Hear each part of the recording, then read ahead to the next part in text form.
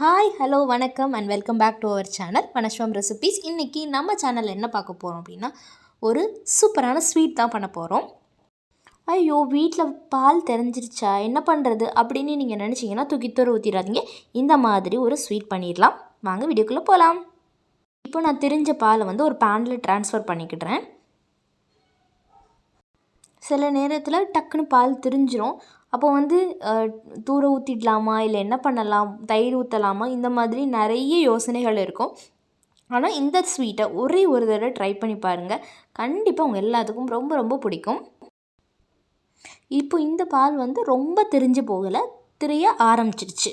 நான் அதனால் இதை டேரெக்டாக இப்படியே ஊற்றி கிண்ட ஆரம்பிச்சிடுறேன். ஒருவேளை உங்கள் வீட்டில் இருக்கிறது நல்லா திரிஞ்சிருச்சு அப்படின்னா அதை நீங்கள் ஃபில்டர் பண்ணி அந்த தண்ணியை தூர ஊற்றிட்டு அதுக்கப்புறம் அந்த பன்னீர் மாதிரி இருக்கும்ல அதை மட்டும் நீங்கள் போட்டு செய்யலாம். அது கொஞ்சம் சீக்கிரமாக உங்களுக்கு செஞ்சிடலாம். இது கொஞ்சம் லேட் ஆகும் அதை கம்பேர் பண்ணும்போது.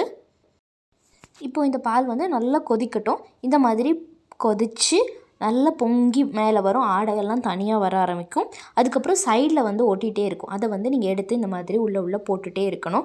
அப்போ தான் உங்களுக்கு இன்னும் நல்லாயிருக்கும். இல்லைன்னா சைடு ஃபுல்லாக ஒட்டிகிட்டு இருந்துச்சுன்னா உங்களுக்கு அந்த அளவுக்கு நிறைய பால்கோவா ஸ்வீட் கிடைக்காது.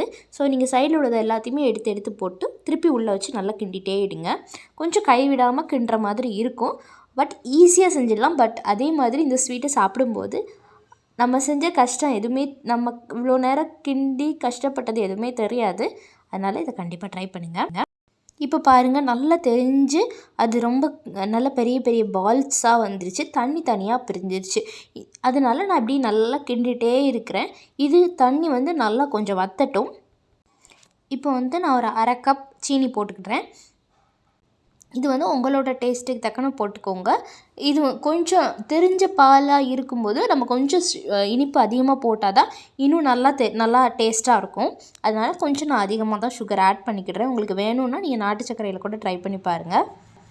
அதே மாதிரி இந்த சீனி இந்த ஸ்டேஜில் போடணும் அந்த ஸ்டேஜில் போடணும் அப்படிலாம் கிடையாது. கொஞ்சமாக பால் கொஞ்சம் கட்டியாக ஆரம்பிச்சோடனே சீனி போட்டு நீங்கள் கிண்டிக்கலாம். நீங்கள் திரிஞ்சு போகாத பாலில் செஞ்சீங்க அப்படின்னா ஏலக்காய் போட வேண்டாம். திரிஞ்சு போன பாலில் நீங்கள் பண்ணுறீங்க அப்படின்னா ஒரே ஒரு ஏலக்காய் நல்லா ரொம்ப நுணுக்க வேண்டாம், ஓரளவு நுணுக்கி உள்ளே போட்டுக்கோங்க. அப்போ அந்த ஃப்ளேவர் தெரியாது.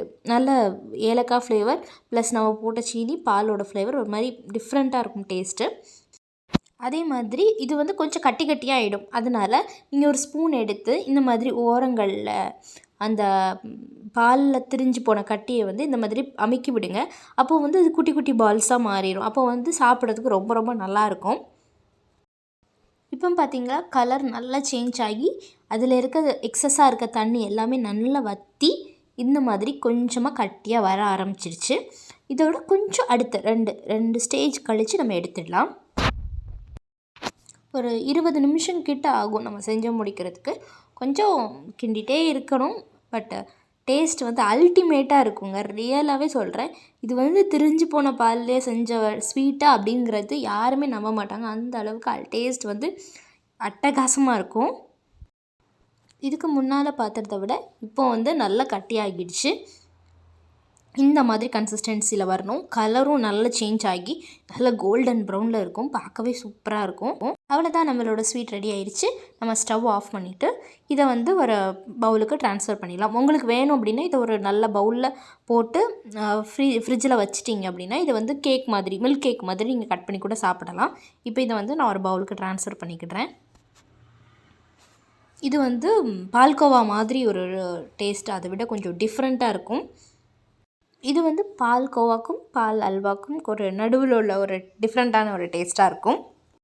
இதுக்கு கார்னிஷ்க்கு பாதாம் முந்திரி கட் பண்ணி அப்படியே மேலே தூவி அப்படியே சர்வ் பண்ணிடுங்க. கண்டிப்பாக உங்கள் வீட்டில் இருக்க கிட்ஸுக்கு ரொம்ப ரொம்ப பிடிக்கும். இந்த ரெசிபியை கண்டிப்பாக ட்ரை பண்ணுங்கள். ட்ரை பண்ணது மட்டும் இல்லாமல் மறக்காமல் எப்படி இருந்துச்சு அப்படிங்கிறத எனக்கு கமெண்ட் பண்ணுங்கள். இந்த வீடியோ உங்களுக்கு பிடிச்சிருந்துச்சுன்னா லைக் பண்ணுங்கள். மறக்காமல் நம்ம சேனல் வனஸ்வம் ரெசிபி சப்ஸ்கிரைப் பண்ணுங்கள். அதே மாதிரி உங்களுக்கு பிடிச்ச ஃப்ரெண்ட்ஸ் அண்ட் ரிலேட்டிவ்ஸோடு மறக்காமல் இதை ஷேர் பண்ணிக்கோங்க. இதே மாதிரி சூப்பரான இன்ட்ரெஸ்டிங்கான ஒரு ரெசிபியோடு நான் உங்களை நெக்ஸ்ட் வீடியோவில் சந்திக்கிறேன். until then, தேங்க்ஸ் ஃபார் வாட்சிங் திஸ் வீடியோ. நன்றி, வணக்கம்.